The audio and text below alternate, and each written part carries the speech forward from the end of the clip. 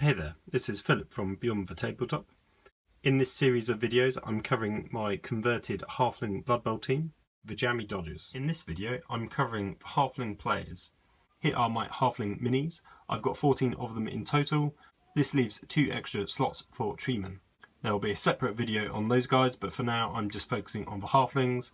I think I originally only had about 12, so I picked up a few extras on eBay just to help fill out the roster. These minis date back to 3rd edition Blood Bowl, which is when I first got into Blood Bowl. They are my original Halfling team that I had back then. The team back then was also called the Jammy Dodgers, so with the 2016 edition of the game it seemed perfect to revisit my original team. So I found the original models up in my parents' loft. They were covered in a terrible paint job.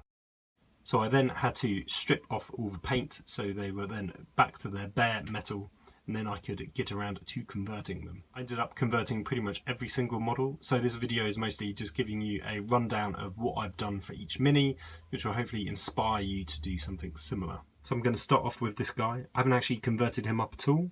That's because he's the only version of this mini that I have, whereas all the other models have duplicates, so it looks a bit samey after a while. But what I have done is I've actually magnetised the base, so I've added in 3 magnets at the front and 1 at the back. Now the idea is the middle one would always be for the bull, so I've got the sort of human team bull here, and I've just chopped off the notch that was on it and put a little magnet in it.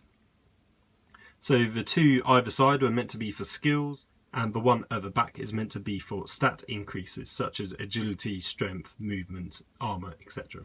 The magnets won't be visible because by the end they'll be covered up with the basing. So the original Halfling minis came on the 28mm bases. I decided for the 2016 game it was only fitting that I rebase them on the new 32mm style bases. Now, freely available 32mm bases that you can buy from GW don't have slots in them. The only ones that do have slots are the ones that come with the boxed game or with the individual teams.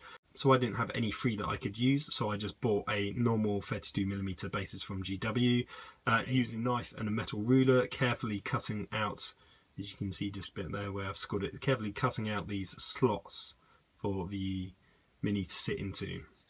I then just used some green stuff just to help fill in the hole, just so there was no gaps, so I could easily cover this whole thing with some texture without it spilling through the bottom. Next up are the sort of pilot models where they've got the goggles and scarves. As you can see side by side, to an extent they look similar, but the conversions that I've done on them actually make them a bit more unique.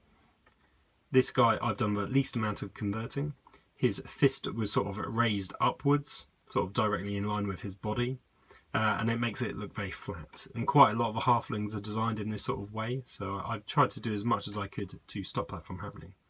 So this guy, with just a pair of pliers, I could bend his arm forwards ever so carefully without breaking the arm off, and this just helps him look a little bit more dynamic. So oddly, this guy came to me via eBay and he was missing an arm, so I decided to create him a new one.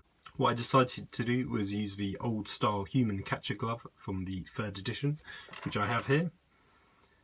So this was the inspiration, and what I decided to do is kind of cast up a 2-part mould using instant mould and then use green stuff to actually create the glove. This meant I wasn't ruining this original model. So this is the 3rd edition human kit which came with the core game. So the human glove doesn't sit quite right on the halfling because it's a bit too big, so what I did is I shortened it and I just cut it down to remove that middle buckle, trying to keep the end, and actually the 2 halves fit together quite well with that middle bit missing. So just give you a look on either side so you can see what it looks like. I think it came out quite well. I like the idea of a catching glove. It sort of fits in with the theme of Halflings because it's a bit more like an oven mitt.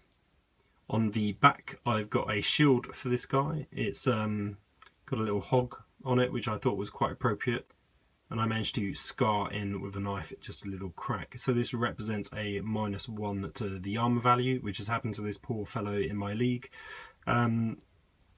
And then I've just magnetised it on, so pretty straightforward. The shield itself came from my fantasy bits kit that I've had for years and years, so I can't actually remember where this piece originally came from. So with this guy, I decided to change the arm once again, and I actually cut it off completely. I'd taken the glove area and just glued it directly on. That way I didn't have to bother about doing any kind of complex pinning and wiring. And then I just managed to slowly green stuff up the elbow. Once I'd done that inner bit, which is made of a lighter green, I decided to green stuff the shirt on top just to sort of merge it back in. So as you can see, it sort of is a bit more symmetrical with the other side. Next up, I've got my pot heads. So the two on the left are exactly the same, and two on the right are exactly the same. The two on the left have saucepans on their head, and two on the right have colanders on their head. Now, as you can also see, the base model itself is very similar to each other, which I think they've sort of reused and then just changed a few little elements to it to create a new model. This guy is probably one of my favourites. He's the Stale Baguette Wielder. He's going to definitely use that as a weapon to knock someone out. The baguette itself is just made from green stuff, which I rolled out, and then using a modelling tool just scored along to create the little ridges of the baguette. Once the green stuff had fully set, I'd just cut it up and then pinned it in place. Next up, another simple conversion for this guy. Once again, just twisting his arm forwards, just so it was in a slightly different position because it was originally raised up quite high. And on the back you can see he's got a little tankard and a little satchel.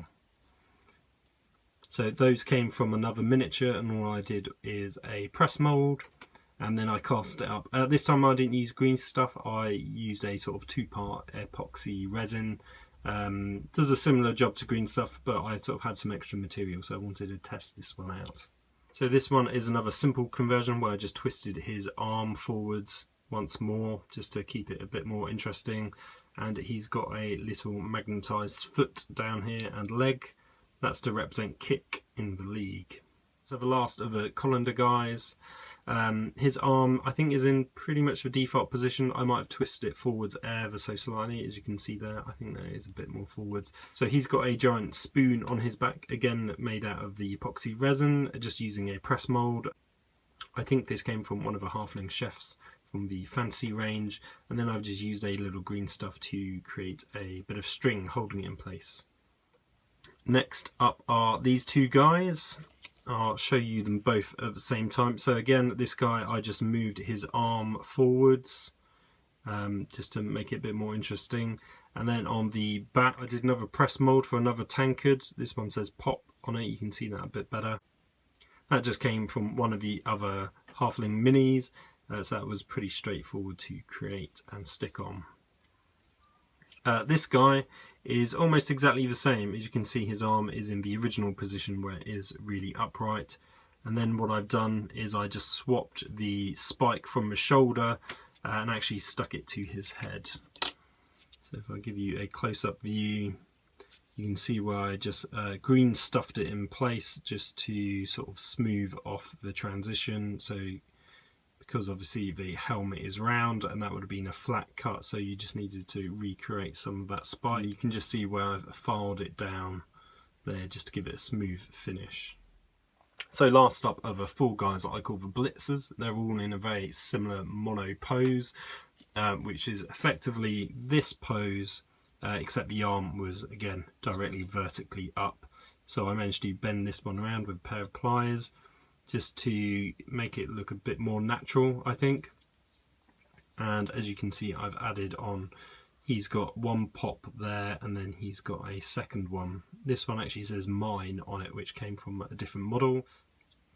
I did quite a few press molds of this pop one and used that on some of the other Halflings. So this guy has modelled himself on the human Blitzers, and he's given himself a fin on his helmet.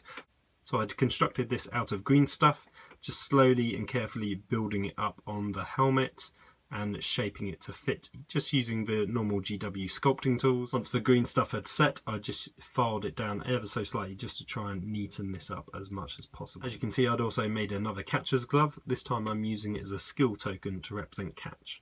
So I loved the idea of the catcher's glove so much, I decided to use it on more than one of the models. So I decided to add it to this Blitzer guy. So this one was actually really difficult to do. I had to cut away his arm, and if I show you on this guy here, you can see how much of it is attached to the model.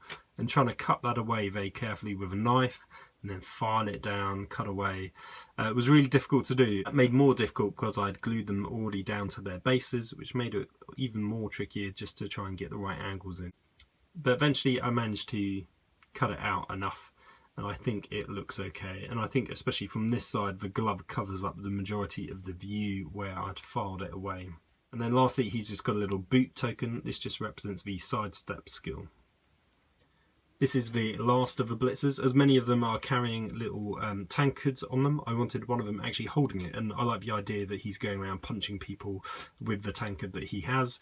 And this one even has the words mine written on it, so I can imagine he's embossing people with the words mine as he goes around on the pitch.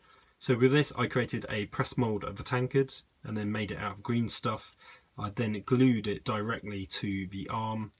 As you can see here, the tankards aren't completely round because you lose a little bit just at the top, for example. So what I had to do is, once it was glued in place, I had to sort of green stuff to create that full circle.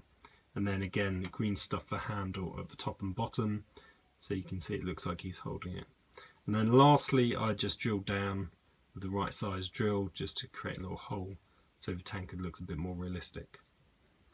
He also has the sidestep skill in the league, as you can see there.